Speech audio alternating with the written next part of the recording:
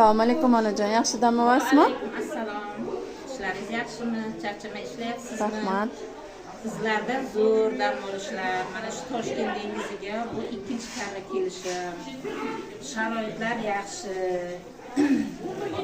Odob, axloq, muomala oliy darajada. Mana shoira qizim, Zahro qizim, Shahzoda qizim, yana mana Stolovoydagi qizlar, muomalalar, ovqatlar hammasiga gap yo'q. Mana shu Toshkent dengizi xodimlarini hammasiga Allohdan tinchlik, sog'lik so'rayman, uzoq umr so'rayman. Mana shu el xizmatidan charchamasinlar ilohim. Tanijonlari sog', umrlari uzoq, rizqlari butun bo'lsin ilohim. Mana shuni boshqarib turgan boshliq kim bo'lsangiz ham sizga ham juda ham katta rahmat. Mana shuncha tashvishlarga hammasi o'z zimmangizga.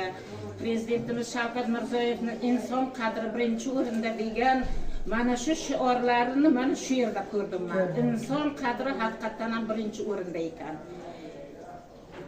Davolanishlar zo'r. Mana men hassada keldim, o'zim yuradigan bo'ldim. Bugun 8-kun.